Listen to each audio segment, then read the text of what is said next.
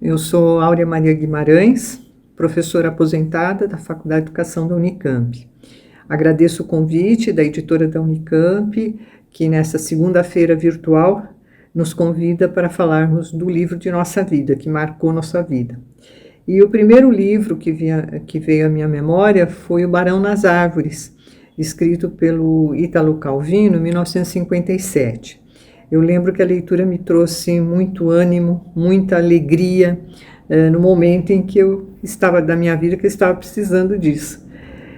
Trata-se da história de Cosme Chuvasco de Rondó, um filho primogênito de Barão de Rondó, que vivia com sua família na vila de Penúmbria.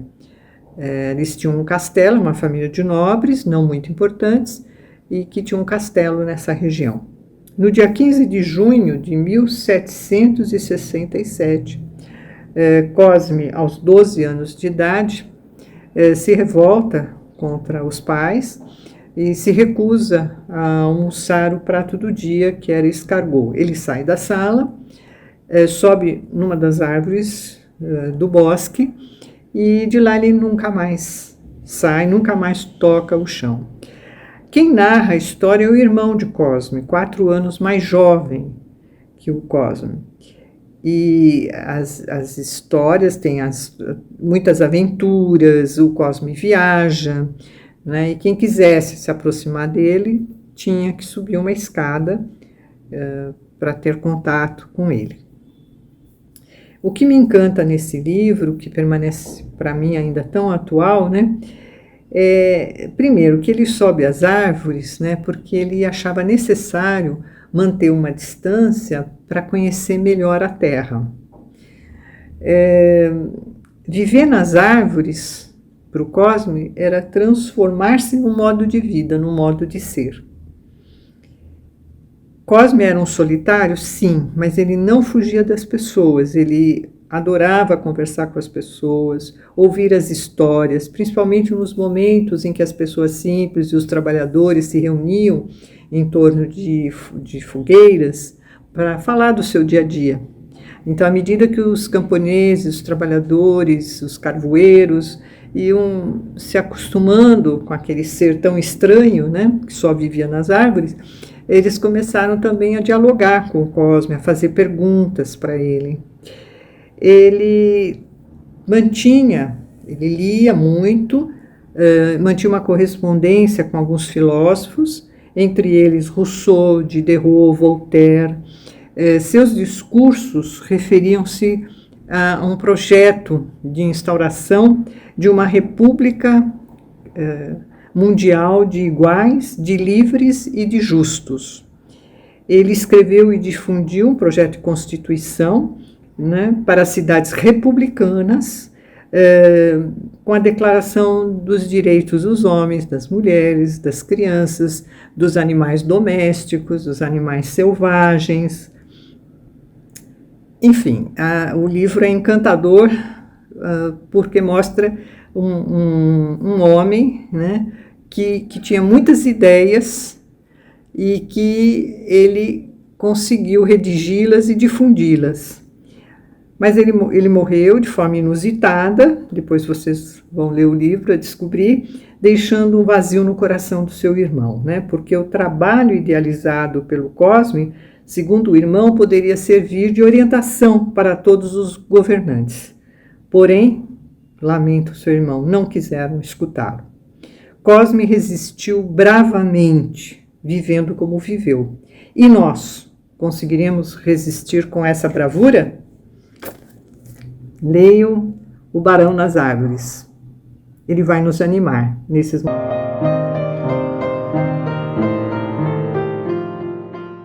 Olá, tudo bom? Eu sou a Maria José, professora do IG. Eu adoro romances e leio mesmo quando eu estou cheia de tarefas para fazer, todos os dias. Eu viajo com eles. E eu não tenho um livro preferido, mas eu tenho os que me impressionam de tempos em tempos. E vou citar 2 aqui. Um é O Avesso da Pele, do Jefferson Tenório. Ele é baiano, mas mora em Porto Alegre, meu conterrâneo, que faz um livro muito potente, chocante, sobre racismo em Porto Alegre.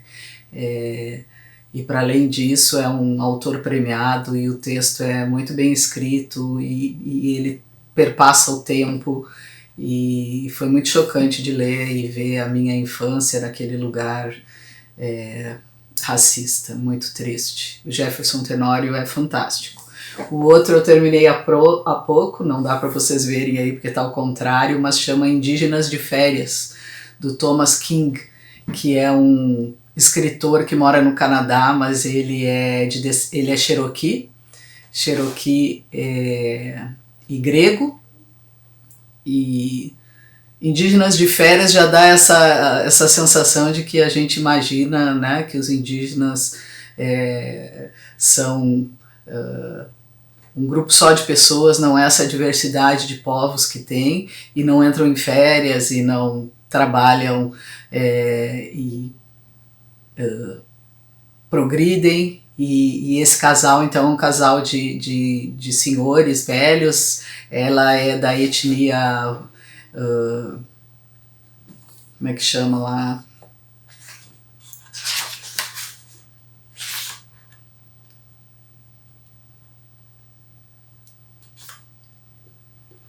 Blackfoot, me esqueci.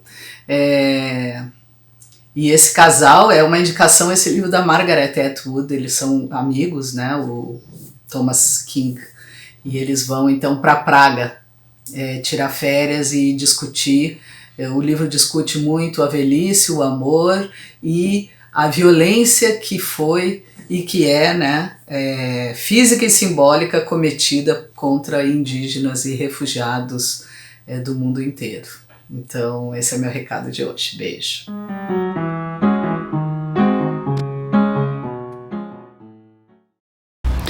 Boa tarde a todos, todas. Me foi pedido que eu falasse sobre uma obra que eu li e que me marcou, né? Eu queria falar do livro Todos os Homens São Mortais, da Simone de Beauvoir, né? É uma obra datada de 1946, se não me engano, e ele vai contar a história, né, de Fosca e Regine, né? É uma história, vamos dizer assim, romântica e pitoresca, né? Pitoresca no sentido de que Regine, né, fica observando o Fosca, né, e lá parado, etc e tal, né, e ela fica curiosa por saber quem é esse sujeito. E aí um dia ela vai buscar conhecer quem é Fosca, né, e aí ela entende que Fosca, na verdade, é um sujeito saído do sanatório, né, portanto um louco, né, que vai então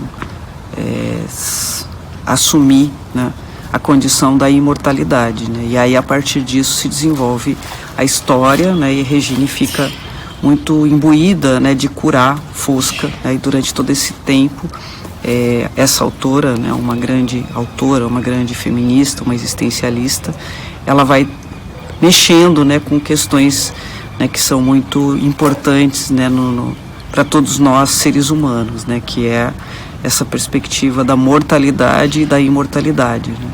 De certo modo, ela toca na ideia da imortalidade não no sentido exato do termo, mas no sentido figurativo, né? E aí isso, quer dizer, várias obras vão tocar nisso, mas essa em especial me marcou. Além de ser uma obra de ficção, né, um romance que te prende do início ao fim. Então essa é a minha obra, minha recomendação.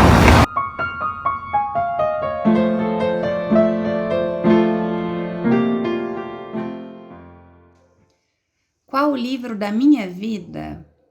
Bem, eu diria que muitos, talvez um por ano até aqui. Mas para salientar aquele que realmente mexeu comigo, que trouxe uma mudança significativa para a minha existência, eu creio que é este aqui, Os Irmãos Karamazov. Gostaria de rapidamente ler um trechinho, para mim, um dos mais profundos. Esse livro, que é escrito pelo original, maravilhoso, fantástico, tremendo Fyodor Dostoiévski, tem entre os seus personagens um dos irmãos Karamazov, o Ivan. E o Ivan, em determinado momento do livro, diz o seguinte: o que surpreende não é que Deus exista realmente, mas é verdadeiramente maravilhoso que essa ideia da necessidade de Deus tenha vindo do espírito de um animal tão selvagem e perverso quanto o homem, sendo ela tão santa, comovente e sábia. É uma verdadeira honra para a humanidade. Bom, eu li esse livro em 2008, julho de 2008, pela primeira vez. Quando eu li esse livro, eu estava nas férias da graduação. E um livro muito longo, né? Eu estava lendo de forma bastante voraz, porque o livro prendia muito a minha atenção. E num dado momento, faltavam umas 15 páginas para eu terminar. Eu recebi uma carta que eu esperava muito. Era ainda um tempo de cartas. E aí eu me lembro que eu terminei de ler o livro, consegui segurar a ansiedade ali para depois ler a carta. E nunca tinha acontecido isso. Uma besteirinha, né? Mas esse livro me fez começar a pensar sobre as relações humanas e o quanto elas são profundas e muitas vezes inexplicáveis, né? E a partir desse momento, o que para mim, na tristeza, era algo tão ruim, tão dolorido, passou a ser, considerando a tristeza, um sentimento que muitas vezes é animador. Parece um pouco sádico, masoquista, mas não é por aí. É pensar a tristeza como um elemento motriz da força humana, da essência humana. E os irmãos Karamazov, Dostoiévski de modo geral, me faz ver a vida um pouco sob essa lupa. Existem muitos outros livros, muitos outros autores, é difícil escolher.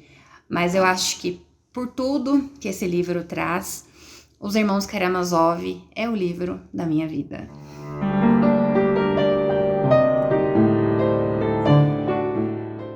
Oi gente, meu nome é Beatriz, eu sou aluna de estudos literários e hoje eu vim falar do livro da minha vida, que é As Meninas, da Ligia Fagundes Telles. A Ligia já era uma das minhas autoras preferidas antes de eu conhecer esse livro. Eu já gostava muito dos contos dela, mas esse foi o primeiro romance dela com o qual eu tive contato. E eu li ele em 2019, foi no meu primeiro ano de faculdade. O livro conta a história de 3 meninas, a Lia, a Lorena e a Ana Clara, e ele é narrado por essas 3 meninas intercaladamente, apesar de a Lorena ser a voz predominante no livro. E eu acho que o que mais me pegou, assim, de primeira, foi como eu consegui me identificar um pouquinho com cada uma dessas 3 meninas. E elas são muito diferentes entre si, são personagens muito bem construídas, muito reais. São 3 vozes que representam coisas muito diferentes no livro, mas eu acho que todas elas conseguiram despertar alguma coisa em mim, eu consegui encontrar coisinhas de mim em cada uma delas, e isso me pegou muito quando eu li da primeira vez, e da segunda vez que eu li o livro foi a mesma coisa. Eu me encontrei em cada uma dessas 3 personagens e isso foi muito legal. A história se passa durante a ditadura militar brasileira e a forma como a Lígia consegue trabalhar a representação desse trauma histórico por meio da linguagem é muito interessante, é muito bonita, porque eu acho que ela consegue fazer isso de forma a não transformar aquilo num mero relato, não banalizar aquelas experiências. Isso me tocou muito também, porque às vezes é quase um jogo.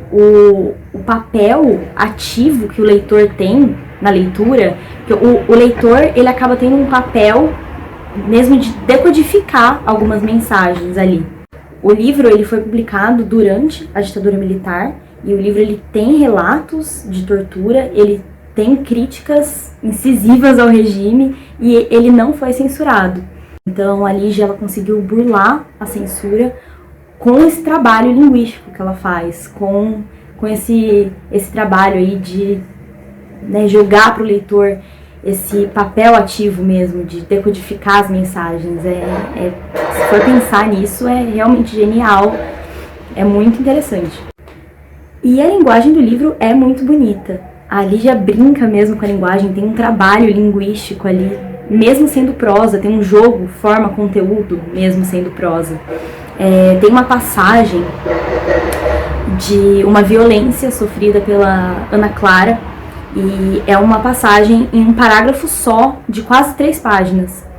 E é uma passagem cheia de fluxo de pensamento, digressões, figuras de linguagem, não é uma passagem fácil de ser lida, assim, linguisticamente falando, é uma passagem que, de novo, joga para o leitor um trabalho mesmo ali, e isso é interessante, porque uma violência daquela não tem que ser fácil de ser lida, e aí tá esse jogo forma-conteúdo, né? Enfim, eu recomendo muito a leitura desse livro, assim como eu recomendo a leitura de qualquer outro livro da Lígia, os contos, os outros romances, enfim. A Lígia é uma autora maravilhosa que, infelizmente, nos deixou esse ano, mas que eu acredito que ficou aí para ser eterna na nossa literatura, na nossa história. E é isso, esse foi o livro da minha vida. E muito obrigada.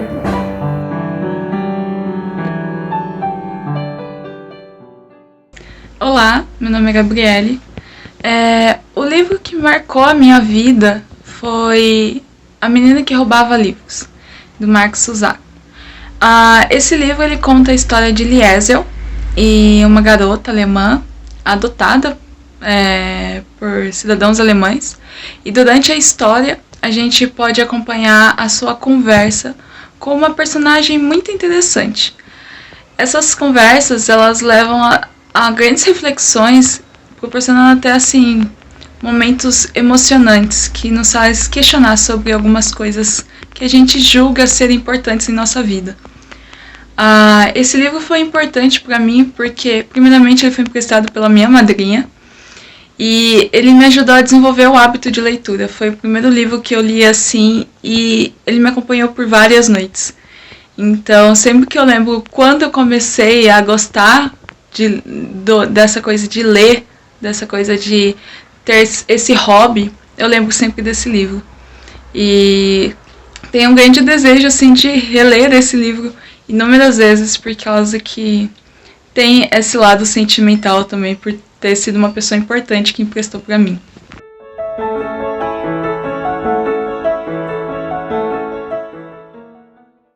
Oi gente, eu sou a Rafaele, estou aqui a convite da professora Edviges, em nome da editora da Unicamp, para tentar aí responder esse desafio, né? Escolher uma obra que tenha marcado a minha experiência literária, qual livro marcou a minha vida. E é muito difícil escolher um só, porque cada leitura e cada releitura nos marcam de uma maneira diferente, mas ao ser questionada sobre isso, a primeira obra que vem à minha mente é um dos primeiros livros que eu li no ensino fundamental mesmo, quando eu estava sendo alfabetizada, que é o Le Petit Prince, ou O Pequeno Príncipe, do Antoine de Saint-Exupéry, que foi uma obra que marcou bastante a minha infância, especialmente porque fala bastante dessa relação, né, entre a criança e o adulto. Esse adulto que, na história, é um narrador que o avião dele caiu no deserto do Saara, onde ele tem esse encontro com uma criança, que é o Pequeno Príncipe, e o Pequeno Príncipe vai narrando várias experiências para esse aviador.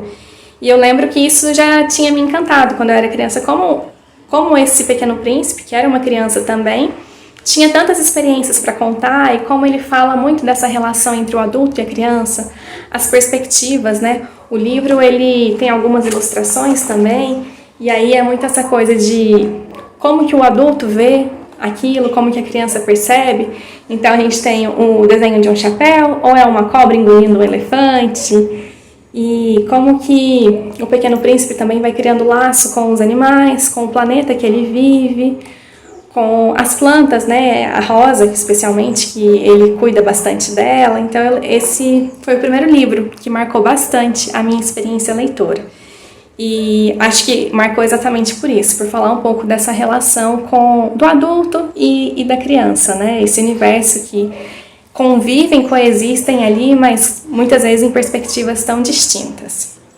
E aí, como eu disse que era muito difícil separar um livro só, eu trouxe uma outra leitura também já na minha vida adulta, e é um livro mais recente, que marcou bastante também a minha história enquanto leitora, que é o Torturado, do Itamar Vieira Júnior, que é um livro que fala, assim, bastante da história do povo brasileiro, né? Especialmente no contexto rural do Brasil, como que a gente vive nas fazendas, as pessoas que moram dentro dessas fazendas também. O livro especialmente gira em torno da história de uma família, né? Que vive dentro desse contexto.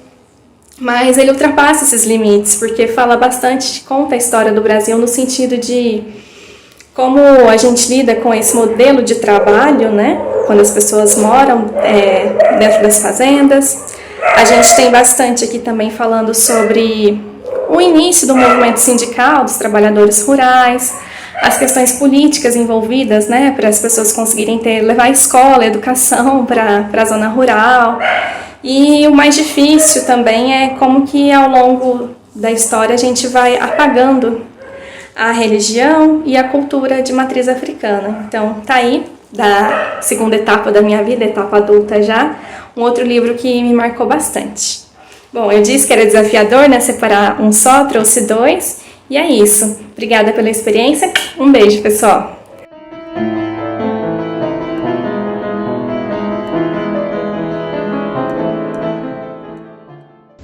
Olá, meu nome é Luísa Guidotti e é um prazer estar aqui hoje a convite da editora da Unicamp para falar um pouco sobre o livro mais importante da minha trajetória como leitora. A Feira Virtual da Unicamp está acontecendo, né? E é muito legal poder fazer parte desse evento de alguma maneira. Sobre o livro da minha vida... faz muitos anos que eu sou uma leitora assídua, leio desde criança e já são centenas de livros que passaram pela minha experiência. Mas toda vez que eu penso em um livro literário, me vem à cabeça que é o meu preferido, predileto no mundo inteiro. Eu trago hoje para vocês... com a oportunidade, né, de falar um pouquinho sobre O Coiote, de Roberto Freire. Esse é um livro que a edição que eu tenho, de tanto que eu li, já perdeu a capa e a gente teve que fazer uma adaptação dessa capa. É um livro que não tem mais à venda, não fizeram reedição e... os que tem são bastante caros, os exemplares que sobraram no mercado são bastante caros. Então eu sempre empresto para quem quer ler e a gente faz um sistema de troca, porque eu acho que esse livro é importante de ser lido. Roberto Freire, apesar dele ser um autor assim, muito bom, né? Ele tem um estilo de escrita maravilhoso, é uma excelência em literatura. Ele teve seus tempos de fama, né? Mas foi uma fama rápida. Hoje em dia ele já não é tão reconhecido quanto deveria. Nem entre os leitores, nem entre os especialistas da área. Apesar disso, ele continua sendo o autor da minha vida. Esse livro, O Coiote, traz um pouquinho, né, sobre... uma literatura de resistência, digamos assim. Ele traz a história de um psicanalista que muda sua perspectiva de vida a partir do contato com um menino que tem problemas, né, psicológicos. E esse adolescente transforma a visão de mundo desse médico. E o livro trata, né, de muitos aspectos da psicanálise, mas também fala sobre amor, fala sobre anarquismo, fala sobre terra, propriedade privada, sobre divisão de bens, fala sobre comunidades alternativas, fala sobre espiritualidade de alguma forma. Então, é uma narrativa muito intensa e que toda vez que eu leio, eu fico maravilhada. Não é exatamente uma série, não é uma continuação, mas os mesmos personagens, assim, de alguma maneira, tão presentes nesse Cleo e Daniel, que graças ao mercado editorial eu tenho uma versão um pouco mais nova dele, mas também trata, né, sobre alguns aspectos que foram só tangenciados no Coiote e que são melhor desenvolvidos aqui, principalmente no que se refere a relações monogâmicas e heteronormatividade. Então, o Cleo e Daniel é uma extensão do Coiote, né? Só para completar, a frase que eu carrego desde que eu li esse livro pela primeira vez, há mais de 15 anos atrás, eu carrego essa frase no meu cotidiano para mostrar como a literatura ela é importante, ela marca a gente, né? Ela faz diferença na nossa personalidade. Eu nunca me esqueci dessa frase e ela tá sempre comigo, que foi escrita por Roberto Freire nessa obra maravilhosa. Ele diz assim: sempre preferi gente ao tempo e ao espaço. Assim, meus referenciais são exclusivamente humanos. É uma frase linda e dentro do contexto da narrativa do Coiote, ela fica ainda mais potente, com um significado muito, muito importante mesmo. Então, essa obra, O Coiote, que se passa em Visconde de Mauá, ela é um exemplo de inspiração, além de trazer muitas questões para discussão, né, sobre as relações na sociedade, sobre o sistema em que a gente vive. Então, eu recomendo a leitura. Abraços.